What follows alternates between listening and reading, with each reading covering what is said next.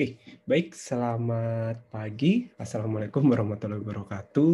Eh, Selamat menjalani semester baru perkuliahan. Jadi ini mungkin kuliah pertama pada semester ini. Jadi sesuai dengan kode yang ada di slide. Jadi saya dan Bu Vita ini adalah pengampu untuk mata kuliah TK 5070 Teknologi Bioproses Lanjut. Jadi ini adalah merupakan mata kuliah pilihan yang disediakan untuk program studi Magister Teknik Kimia. Nah, untuk sesi hari ini karena kita baru pertama kali ketemu ya, kemudian ini hari pertama kuliah, jadi saya akan menyampaikan sekilas saja terkait kuliah ini dan apa saja isinya dan ketentuannya bagaimana. Nanti di akhir sisa waktu akan kita gunakan untuk saya dan Bu Vita pengen kenalan satu-satu dengan mahasiswa S2, pengen tahu background-nya apa, jadi nanti isi kuliah bisa disesuaikan. Gitu ya. Oke, jadi secara umum kuliah ini sesuai namanya ya, teknologi bioproses lanjut.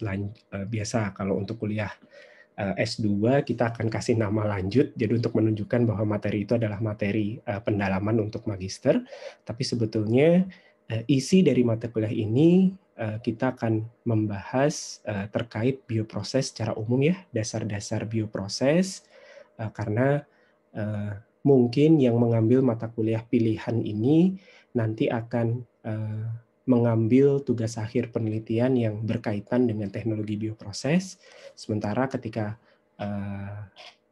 S1 dulu mungkin belum pernah berurusan dengan masalah bioproses ya. Jadi di kuliah ini kalian akan diberikan terkait dasar-dasar bioproses, ini meliputi apa itu teknologi bioproses, apa saja ruang lingkupnya, dan namanya bioproses ya, berarti ada kaitan dengan biologi. Jadi nanti juga akan disampaikan materi terkait basis biologi dalam teknologi bioproses.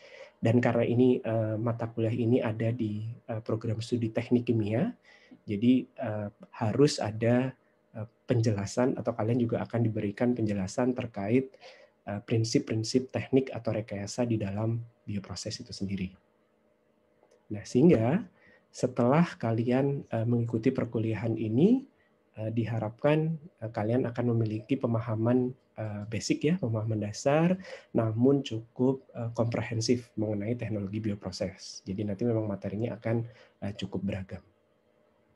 Untuk pustaka sendiri ini saya sudah sebetulnya nggak boleh ya, sudah saya uploadkan di Google Classroom dalam bentuk e-book. Jadi ada 3 buku teks yang banyak digunakan atau dirujuk untuk kuliah ini. Yang pertama adalah buku yang umum dipakai di kuliah bioproses engineering dari Schuller-Kargi. Kemudian karena materi juga nanti akan berkaitan dengan fermentasi, apa itu fermentasi, kalian juga diharapkan membaca buku terkait teknologi fermentasi dari Stanbury Whittaker. Dan sebetulnya buku yang ketiga itu mirip dengan buku pertama, jadi mungkin nanti kalau kalian baca isinya memang ada kemiripan ya, tapi mungkin bisa saling melengkapi. Ini ada Fundamentals of Biochemical Engineering. Semuanya sudah ada di Google Classroom, silahkan dibaca. Nah, perkuliahan ini karena merupakan kuliah pilihan, ada 3 SKS, artinya 3 jam per minggu ya sesi perkuliahannya, dan sesuai jadwal yang sudah disampaikan, kita akan kuliah setiap hari Senin 1 jam, jam 8 sampai jam 9. Kemudian sesi berikutnya itu adalah hari Kamis untuk 2 jam, jam 2 sampai jam 4. Tapi sesuai kesepakatan kita akan mulai jam 2:15 ya untuk yang hari Kamisnya. Nah, isi kuliah ini akan berupa secara utama adalah materi ya, akan disampaikan oleh saya dan Bu Vita secara bergantian sesuai dengan materinya. Nah, kemudian untuk evaluasi perkuliahan ini tidak akan ada ujian, tapi karena ini adalah mata kuliah pilihan, jadi kami lebih mementingkan kalian mendapatkan informasi yang cukup beragam ya, jadi tidak perlu ada ujian, tapi untuk evaluasi kami tetap harus melakukan. Jadi kemarin sudah berdiskusi dengan Bu Vita Untuk perkuliahan ini kira-kira nanti akan ada 3 tugas besar, di mana nanti kalian harus membuat laporan dan dipresentasikan. Nah, tugas dan presentasinya atau laporan dan presentasinya itu nanti akan dibuat secara berkelompok. Kita akan sesuaikan dengan jumlah mahasiswa yang mengambil. Biasanya antara 2 sampai 3 mahasiswa per kelompok. Oke, apakah ada yang mau ditanyakan dulu terkait sistem perkuliahan?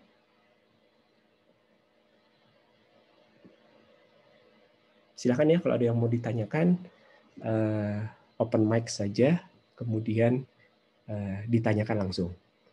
Ya, karena ini adalah kuliah pilihan, kan kalian memilih mengikuti kuliah ini ya, jadi tidak wajib harus ngambil. Jadi kami harapkan selama perkuliahan ini kalian berpartisipasi secara aktif. Jadi kalau memang ada yang ingin ditanyakan atau ingin didiskusikan lebih detail gitu, silahkan langsung ditanyakan. Jangan hanya diem, karena ini kan kuliahnya juga online ya. Saya tidak tahu kalian di seberang sana mendengarkan 100% atau disambi tidur atau ngapa-ngapain gitu ya. Tapi saya harapkan jangan, tolong tetap didengarkan dengan baik sehingga harapannya ya materi yang disampaikan di perkuliahan ini dapat diterima dengan baik. Oke ya, tidak ada pertanyaan terkait kuliah, sistem kuliah maksudnya. Jadwal sudah tidak ada yang bentrok kan ya?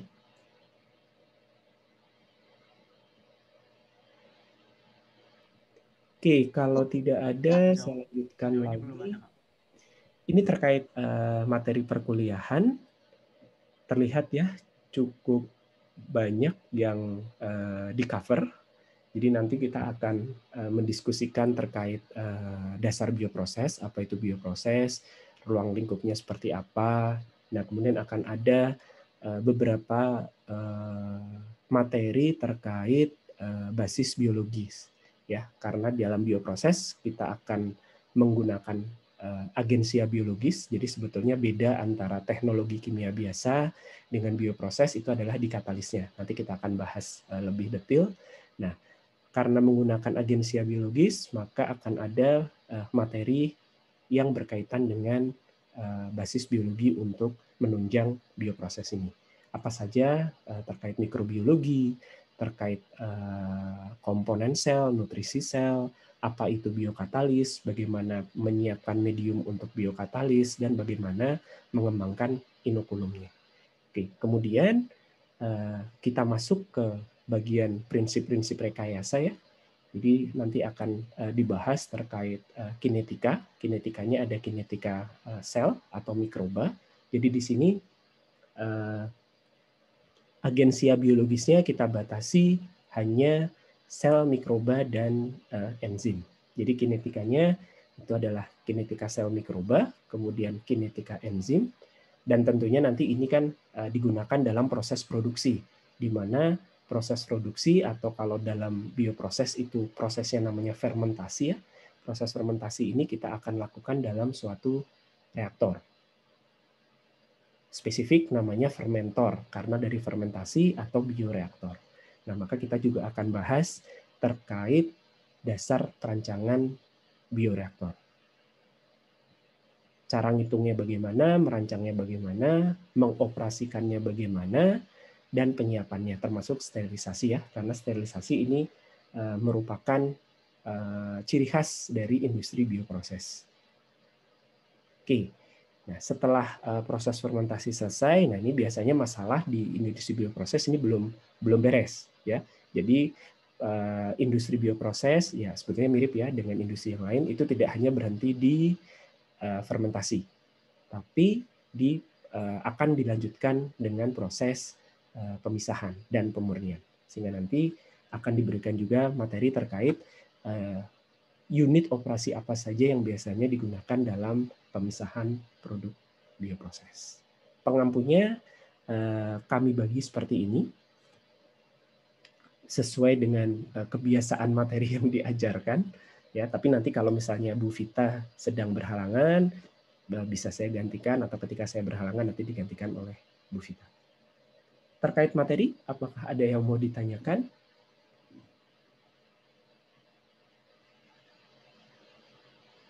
Ini diem semua. Sudah pada bangun kan ya? Jam Sejauh 8. ini belum Pak, kalau saya. Ya, suaranya tidak terdengar. Ada yang bertanya? Sejauh ini belum ada Pak, kalau saya. Oke, saya lanjutkan kalau gitu ya. Nah, mungkin ini bukan materi yang terlalu berat ya, tapi untuk sebagai pengantar saja. Kalian tahu ini apa?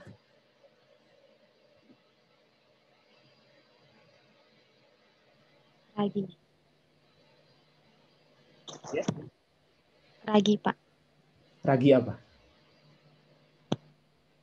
Ragi. Dibuat untuk apa? Maksudnya ini adalah produk yang biasanya dipakai untuk apa? Pembuatan roti, Pak. Roti. Ya, namanya adalah ragi roti ya. Atau nama bahasa Inggrisnya adalah baker's yeast.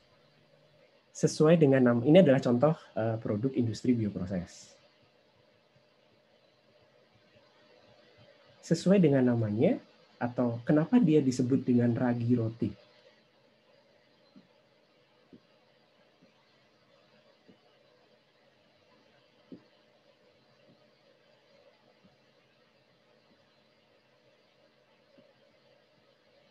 Isinya adalah ragi, betul ya? Kenapa disebut dengan ragi roti atau baker's yeast? Karena isi dari yang ada di dalam kotak ini itu adalah ragi. Bentuknya seperti apa? Ada yang tahu?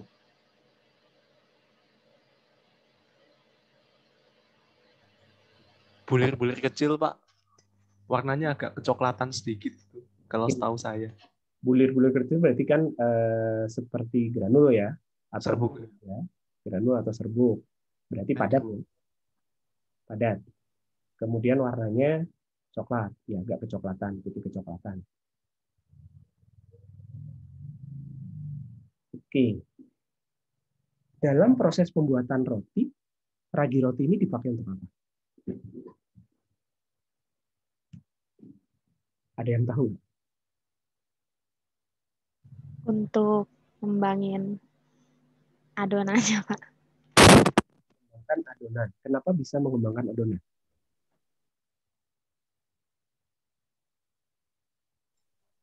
Ada reaksi fermentasi yang menghasilkan CO2 Pak. Jadi kalau setahu saya yang kita gunakan untuk mengembangkan roti itu CO2-nya, setahu saya Pak. Ya, karena si ragi ini nanti akan melakukan fermentasi ya di dalam adonan itu, terus nanti dia akan membentuk CO2 sehingga nanti adonannya ngembang atau rotinya, calon si roti ini mengembang. Nah, apa syaratnya si ragi roti ini bisa melakukan fermentasi, kemudian dia bisa membentuk CO2?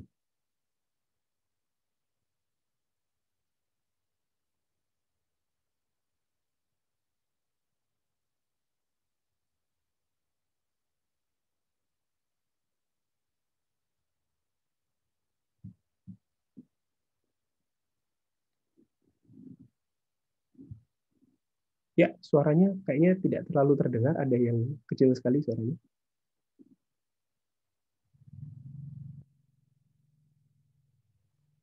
Apa kira-kira?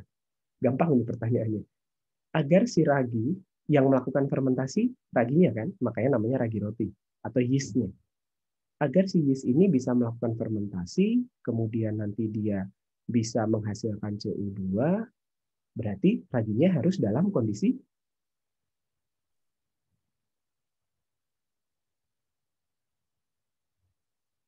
apa? Anaerob. Oke, itu kondisi fermentasinya. Raginya harus hidup kan ya? Oh iya. Tuh, raginya harus hidup, kemudian nanti dalam kondisi hidup anaerob, maka dia akan menghasilkan CO2. Artinya apa? Di dalam kotakan ini, Anda kan tadi ada yang menjawab ya, bentuknya adalah serbuk atau padat. Jadi ketika dikemas dalam produk ragi roti dalam kotak, walaupun fasanya padat atau serbuk, si raginya tetap harus dalam kondisi hidup. Tapi kering, gitu ya. Nah, ini yang harus dipikirkan ketika memproduksi ragi roti ini. Gimana caranya agar si produk itu dalam kondisi kering. Kenapa harus kering? Ya karena kenapa dibuat dalam bentuk kering? Karena gampang untuk disimpan. Tahan lama untuk disimpan, gampang untuk dikemas. Bayangkan kalau ragi rotinya dalam kondisi basah gitu ya. Kemudian umur simpannya lebih lama, gampang didistribusikan. Tapi tetap harus menjaga agar si ragi ini dalam kondisi tetap hidup. Hidup ini tidak harus aktif ya. Jadi nanti kita akan lihat bahwa mikroba itu bisa berada dalam kondisi inaktif, tapi tidak mati. Artinya apa?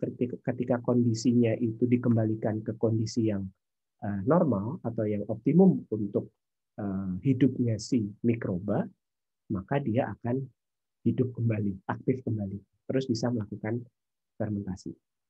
Oke.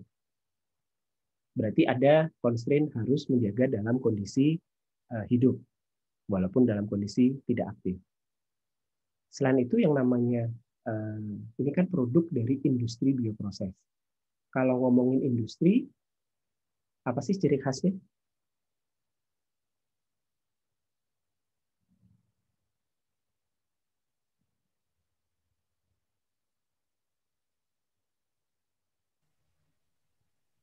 Kalau Anda dengar kata industri, yang terpikir pertama kali apa? Harus menguntungkan. Gimana?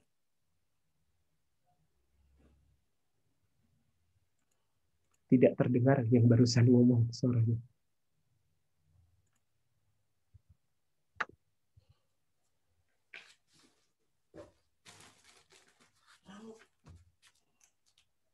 Kalau Anda mendengar kata industri,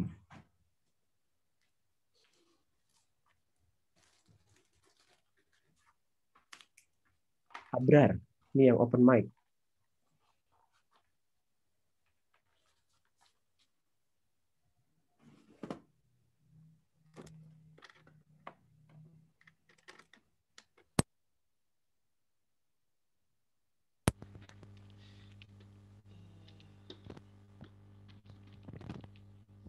Siapa lagi nih?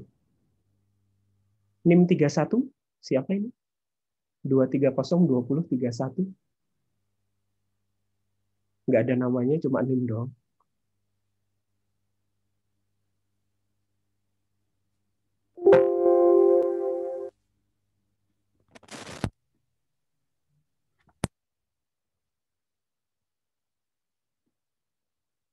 Tidak menjawab. Farah. Ada? Ada, Pak. Ya, kalau Anda mendengar kata industri, yang terpikir pertama kali apa?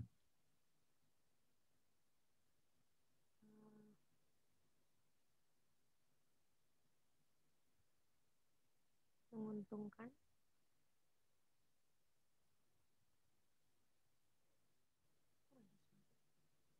Geraldi. Ada? Ini diam semua.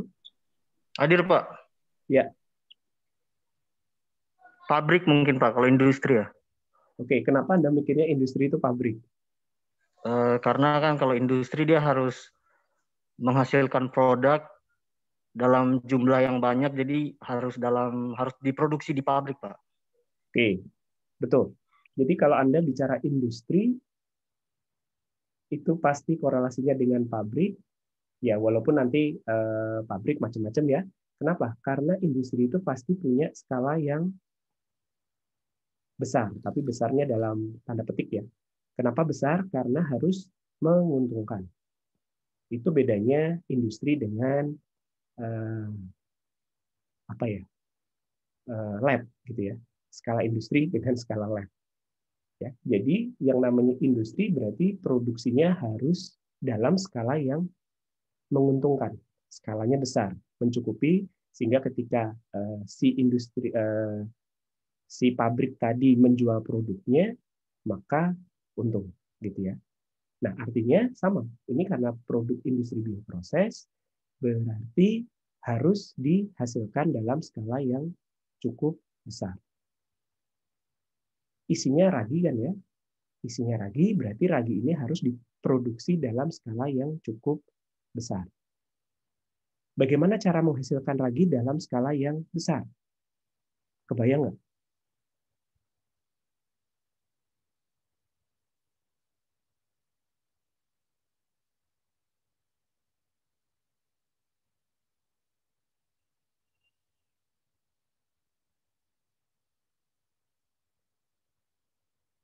Kalau Anda menumbuhkan ragi di lab, Anda kasih makan apa? Atau Anda tumbuhkan dengan medium yang isinya apa?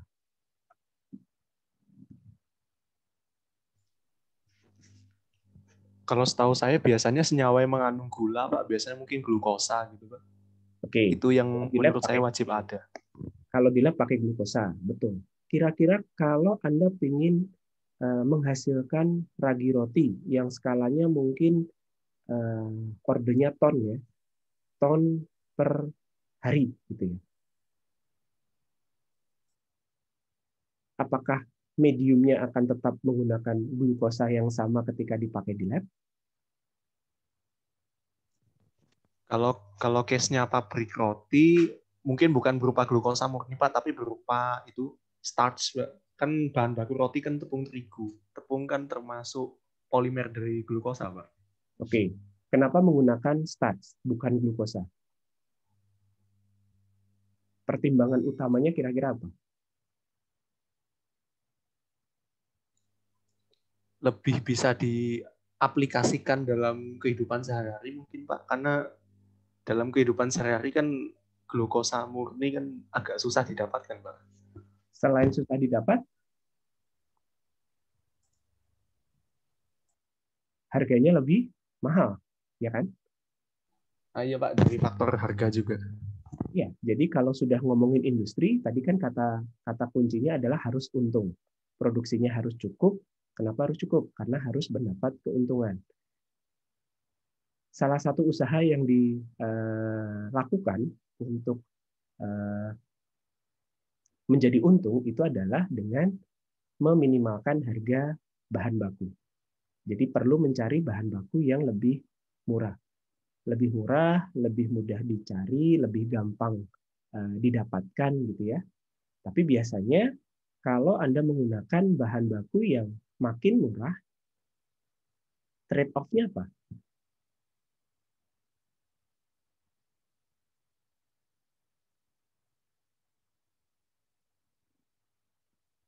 Kira-kira apa?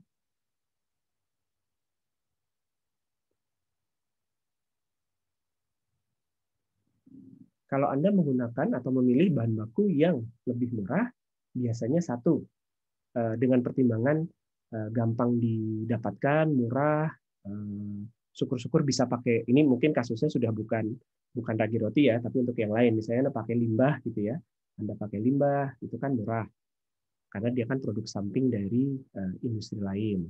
Biasanya trade-off-nya satu adalah Kualitasnya jelek, Pak. Kualitasnya jelek. Kualitasnya jelek. Maksudnya kualitasnya jelek ini adalah kemurniannya rendah, ya kan ya? Ya. Konsentrasi zat yang mau Anda manfaatkan itu rendah. Selain konsentrasi zat, kenapa konsentrasi zatnya rendah? Karena banyak pengotornya. Ya. Ya namanya juga limbah ya. Limbah itu kan sisa-sisa. Atau kalau Anda menggunakan bahan yang lebih murah, itu biasanya dia lebih kompleks. Zatnya tidak murni, artinya banyak zat lain. Nah, kalau Anda menggunakan bahan baku dengan kemurnian yang rendah, atau banyak pengotornya, banyak zat lain, atau mungkin Anda butuh bahan bakunya dalam fase cair, gitu ya. Tapi yang tersedianya masih dalam fase padat. Kalau hanya glukosa, ya gampang dicairkan. Tapi kalau itu berupa pati, atau Anda menggunakan bahan bakunya mungkin sumber karbon yang lebih kompleks, mungkin harus di pretreatment lebih banyak. Harus dicacah-cacah, harus digiling, harus dipanaskan, harus direbus gitu ya.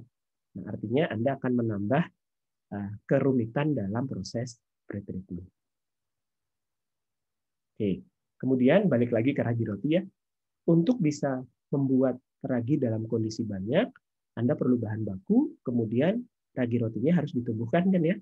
Tentunya karena ragi dia adalah sel hidup, berarti Anda harus tumbuhkan dalam kondisi pertumbuhan yang sesuai dengan hidupnya si ragi.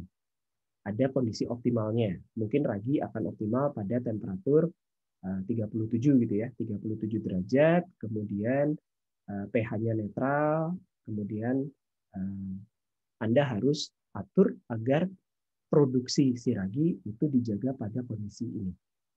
Karena temperaturnya 37 derajat, itu di atas temperatur ruang, walaupun tidak terlalu jauh di atas ya, berarti Anda butuh sistem pengendalian temperatur. Anda butuh sistem pengendalian pH untuk menghasilkan produk ragi roti. Terus nanti hasil proses fermentasinya kan masih dalam fase cair ya, sementara produk akhir itu masih ada dalam fase harus ada dalam fase kering padatan. Berarti harus Anda pisahkan cairannya, tidak hanya sekedar dipisahkan, tapi kan nanti harus dikurangi lagi kadar air di dalam ragi tadi. Ya, jadi kira-kira proses dari pembuatan ragi roti termasuk produk bioproses yang cukup simpel ya. Jadi katalisnya apa? Katalisnya ya si raginya tadi yang akan menjalankan proses sekaligus menjadi produk dalam produk ragi roti ini adalah si ragi. Jadi makanan tadi ya, medium yang Anda siapkan, atau di sini istilahnya adalah raw material yang Anda siapkan, itu akan dikonversi menjadi produk, tapi produknya adalah ragi yang semakin banyak. Oke. Jadi secara umum, di dalam teknologi bioproses, ini sebenarnya mirip ya, apa sih sebetulnya proses? Proses itu kan perubahan dari suatu input menjadi output ya. Jadi kalau industri bioproses adalah perubahan, ruang lingkupnya adalah perubahan bahan baku menjadi produk. Kok bisa berubah? Melalui proses reaksi. Ya, yang bisa mengkonversi suatu zat bahan baku menjadi produk itu adalah proses reaksi. Nah, kenapa disebut dengan bioproses?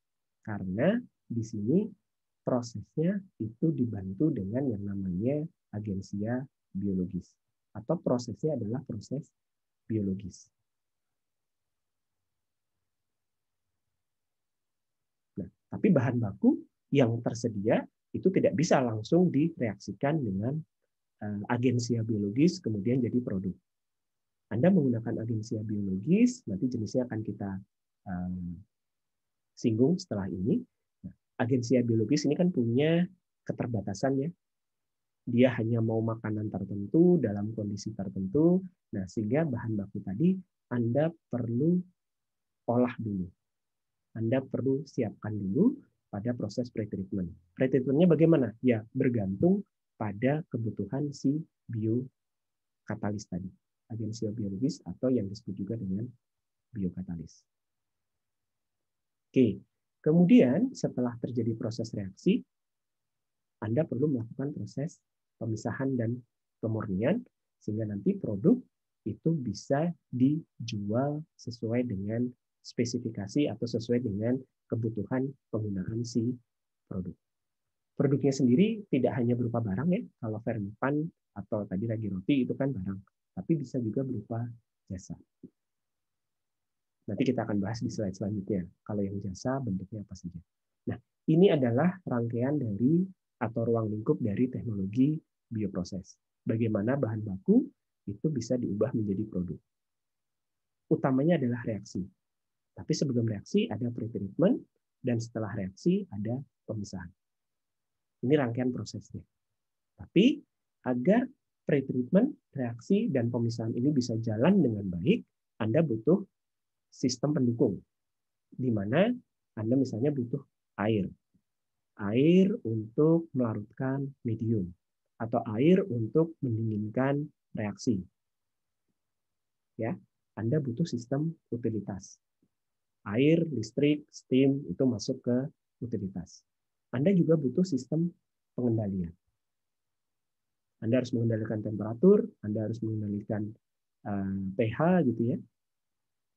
Mungkin di beberapa unit Anda perlu pengendalian ketinggian cairan gitu. Anda perlu mengendalikan laju penguapan dan sebagainya.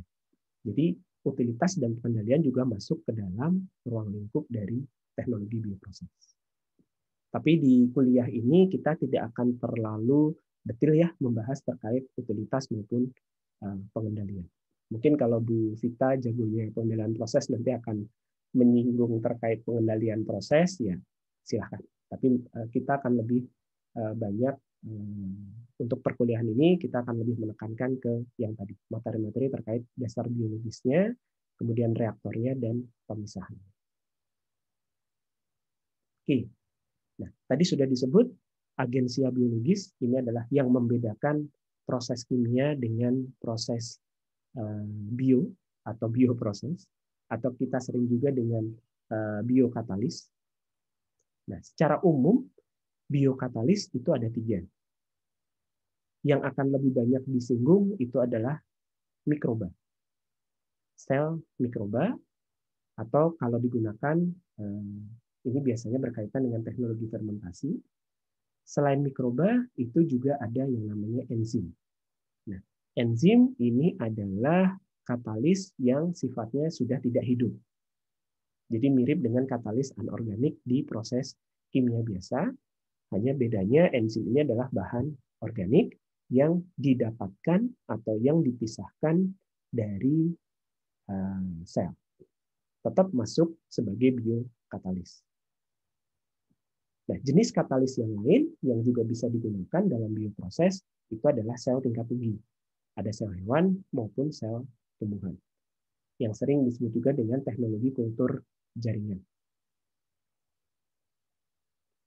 Ya, ini terkait teknologi bioproses, apa saja ruang lingkupnya, kemudian apa saja mikroorganisme yang digunakan.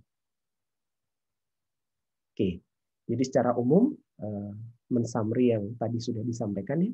Jadi sebetulnya teknologi bioproses itu adalah bagaimana agensia biologis itu diterapkan untuk memproduksi barang dan jasa.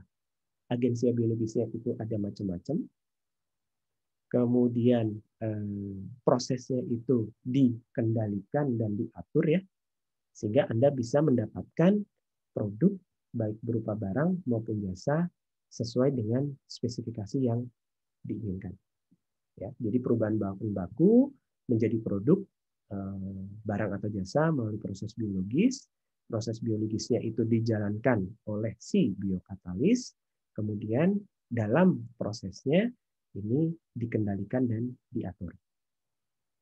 Oke, itu saja. Ada pertanyaan? Nah, sambil menunggu pertanyaan, jadi tadi ketika kita membahas yang ragi roti ya, jadi secara umum di dalam industri bioproses itu ada tahapan-tahapan sebagai berikut. Ada yang namanya stock culture ya. Stock culture itu si agensia biologisnya, si sel mikroba, tapi masih dalam jumlah yang sangat sedikit. Ini harus diperbanyak sebelum bisa masuk ke dalam fermentor. Nah, proses ini yang nanti disebut dengan pengembangan inokulum. Bagaimana si sel mikroba yang awalnya jumlahnya kecil itu terus diperbanyak sehingga nanti jumlahnya mencukupi untuk melakukan proses fermentasi utama. Kemudian mediumnya pun, makanannya pun, atau substratnya pun itu juga perlu dioptimasi. Kalau skala kecil Anda bisa pakai glukosa, bisa pakai amonium sulfat, tambahan-tambahannya masih berupa zat kimia yang murni gitu ya. Tapi kalau sudah digunakan dalam skala besar, Anda sudah tidak bisa, bukan tidak bisa ya, sudah tidak menguntungkan kalau menggunakan medium yang murni. Jadi Anda harus gunakan medium yang lebih murah. Tapi medium yang lebih murah memerlukan pretreatment yang lebih kompleks. Ya, maka ada yang tahapan yang namanya formulasi medium. Nah, karena di dalam proses fermentasi ini pada umumnya Anda menginginkan hanya satu jenis mikroba saja yang hidup, ya. Sementara di air itu kan banyak mikroba, di udara juga banyak mikroba, maka perlu ada yang namanya proses sterilisasi. Sterilisasi ini untuk memastikan bahwa nanti ketika fermentasi itu jalan, mikroba yang tumbuh itu hanya mikroba yang Anda inginkan. Oke, kemudian setelah semuanya siap, masuk ke fermentor, produksinya jalan, selesai gitu ya, akan ada tahapan pemisahan dan pemurnian, kemudian ada tahapan juga pengolahan dan pembuangan limbah. Oke, sampai di sini apakah ada yang mau ditanyakan? Atau dari Bu Vita ada yang mau ditambahkan? Dari saya belum, Pak Wawan. Oke, ini materinya untuk hari ini segini saja. Jadi mari kita sudahi dulu materinya ya. Saya stop rekamannya.